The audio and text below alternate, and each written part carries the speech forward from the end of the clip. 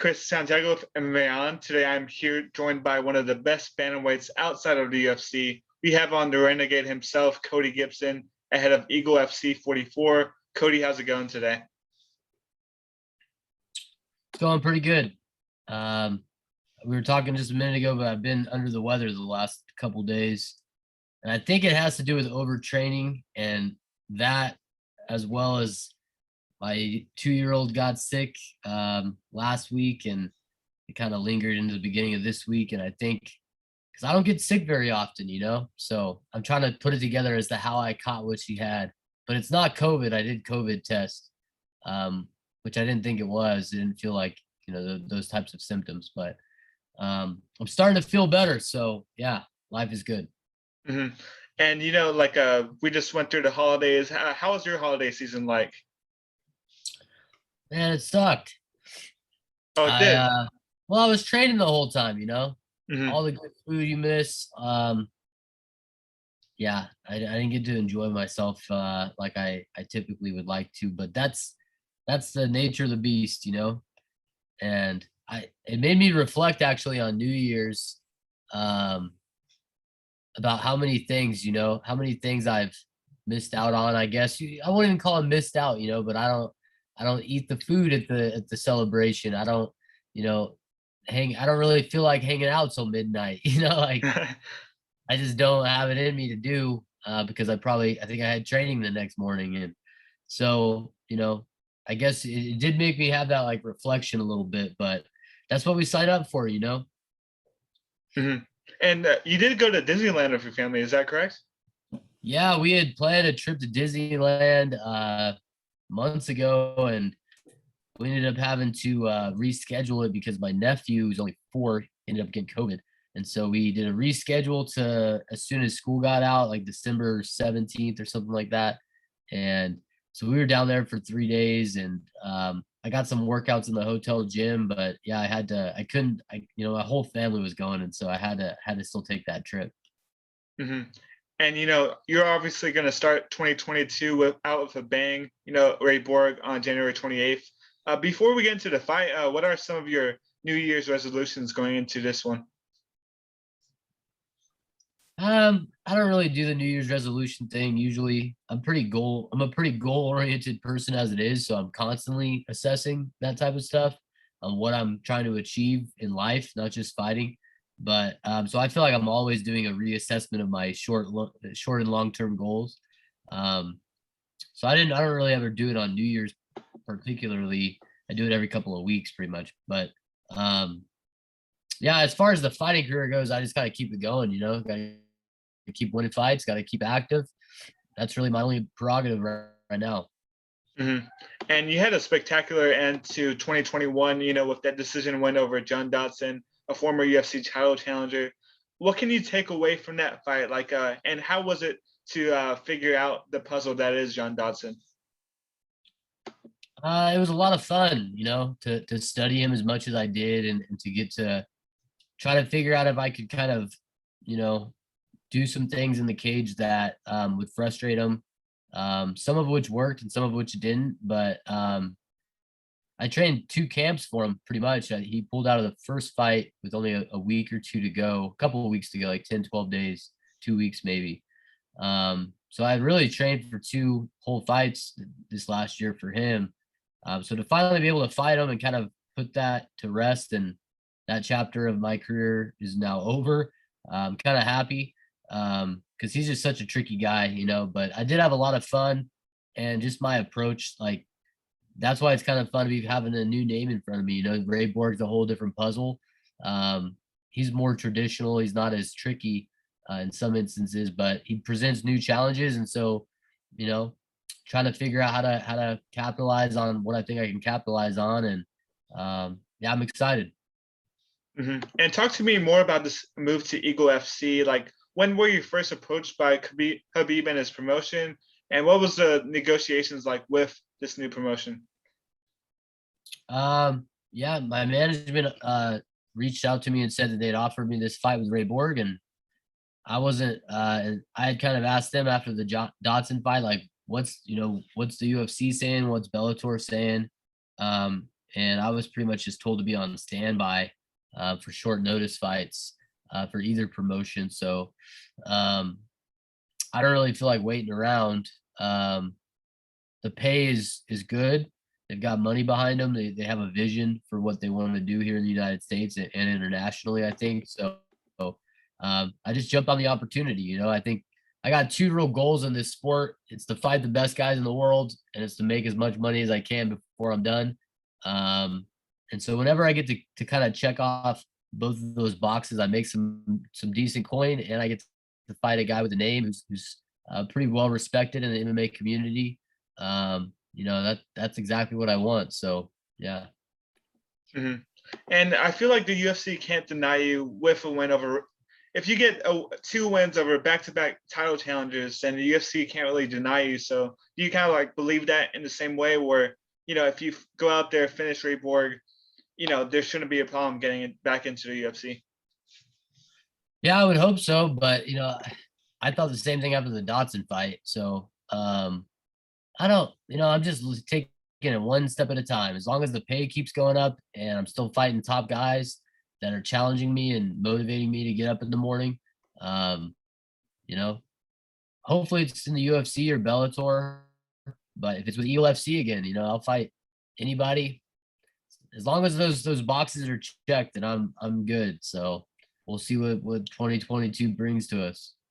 And I've been seeing that you've been working on the body shots very effectively inside the gym. What are the chances that we'll see Cody Gibson knock out Ray Borg with a body shot? Oh, to finish him with one, I gotta land one clean. You gotta land one clean to the liver, most likely. But I'll definitely be throwing them, man. I love body shots. It's people around here in California who, you know, I've traveled around and sparred enough, and everybody knows I love body shots. So hopefully he's training his body. Mm-hmm. And I saw on Tapology, you know, is this the co-main event? Because it's the second fight on the top. So is this officially the co-main event, or is it just on the undercard?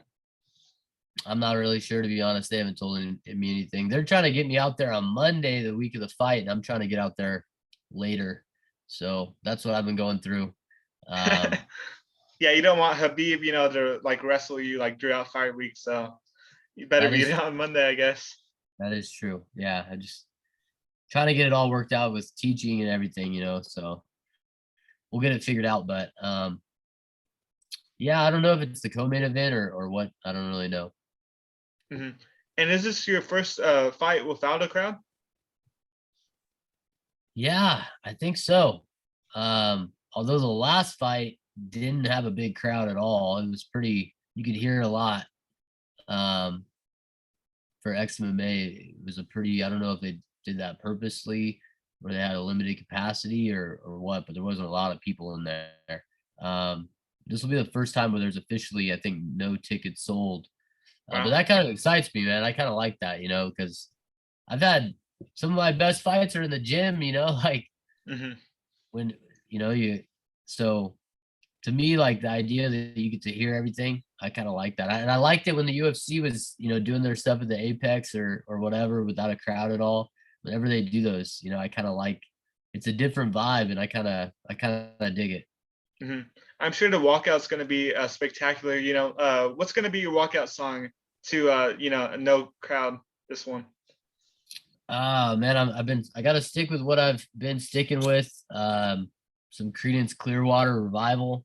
Ooh, are you listening to Bad Moon Rising this one around? Yeah, that's been the last, pretty much, well, both my fights in 2021, I stuck to that one. So I think I got to stick to it again. When did you first find their music? Oh, man. I used to be a big vinyl collector when I was a kid. There was a vinyl store in town, and I would visit it frequently. And then in college, there was a cool one down the street from my apartment. So I used to collect a lot of vinyl. So it's been since I was younger. I knew Creedence. Yeah, I got a record player like on Christmas Day. So like I already had a Creedence Clearwater Revival vinyl on there. So I popped that baby up, and it's really good. Nice. And then you know, with Ray Borg, do you have a certain prediction in mind for how the fight goes, a certain rounds? You know, you might not be Mystic Mac, but I'm sure you've got something in your mind. Yeah, you know, I'm always searching for the finishes. You know, I think they make more of a statement, especially, you know, in my situation where I'm trying to make a statement, you know, that I belong. Not in, and what I've been saying is not just back in the UFC, but you know, fighting guys that are ranked right away. Um, I'm not getting any younger, so I feel like I'm at my prime right now. So I'm looking for a finish. You know, I really think that this fight's gonna go however Ray Borg wants it to go. If he wants to grapple, it'll be a grappling fight, and I'm just gonna defend his takedown and end up on top. Um, if he wants to strike, it'll be more of a striking fight. I might mix in a takedown or two, but I don't feel like it's as necessary for me. I definitely feel like that's usually a big part of his game plan, is to mix in the grappling. I'm a big guy, man. People don't realize until they walk and they see me. I'm pretty big for this weight class. So and I'm a pretty good wrestler too. So I don't use it as much as guys like Ray Borg, but it doesn't mean I don't have it, you know. So I mean, I'm interested if he wants to grapple to test my takedown defense and offense and just my jujitsu and grappling against his. Um, you know, he's pretty good there, but I just feel like I'm gonna have an advantage wherever this fight goes. I'm feeling really confident. So um, man, I'm just focused on getting in shape and yeah, I'm always emphasizing the finish. I'd love to hit him with something clean or you know, choke him out or whatever the case may be. Um, I'm not predicting anything, but I'll be searching for the finish for sure. Hmm. And you know, and there's no slight to Ray Borg on this one, but you know, obviously in the UFC, he had a history of not making it to the fight or missing weight. Are you like worried at all about that happening? That was really my only hesitation when they brought this fight to me was I took a look at his. I just looked him up. I knew Ray Borg obviously, but I just kind of wanted to look at his history a little closer, and I just noticed how many canceled fights he had. Um, which is a cool kind of component that Tapology website uses Hmm. that Sherdog never did back in the day. So you can see that all those canceled fights, and that is the biggest. It seems like he's training hard and he's motivated and wants to be there. So hopefully, the stars align and he shows up. I'm definitely counting on it. So yeah, that's my only hesitation, but hopefully, so far so good. So knock on wood. Hmm. And then, you know, obviously, after the Dodson fight, you were looking at both the UFC and Bellator. You know, Bellator just recently announced their Bantamweight Grand Prix. What do you think of that tournament, and who do you think is going to win it all?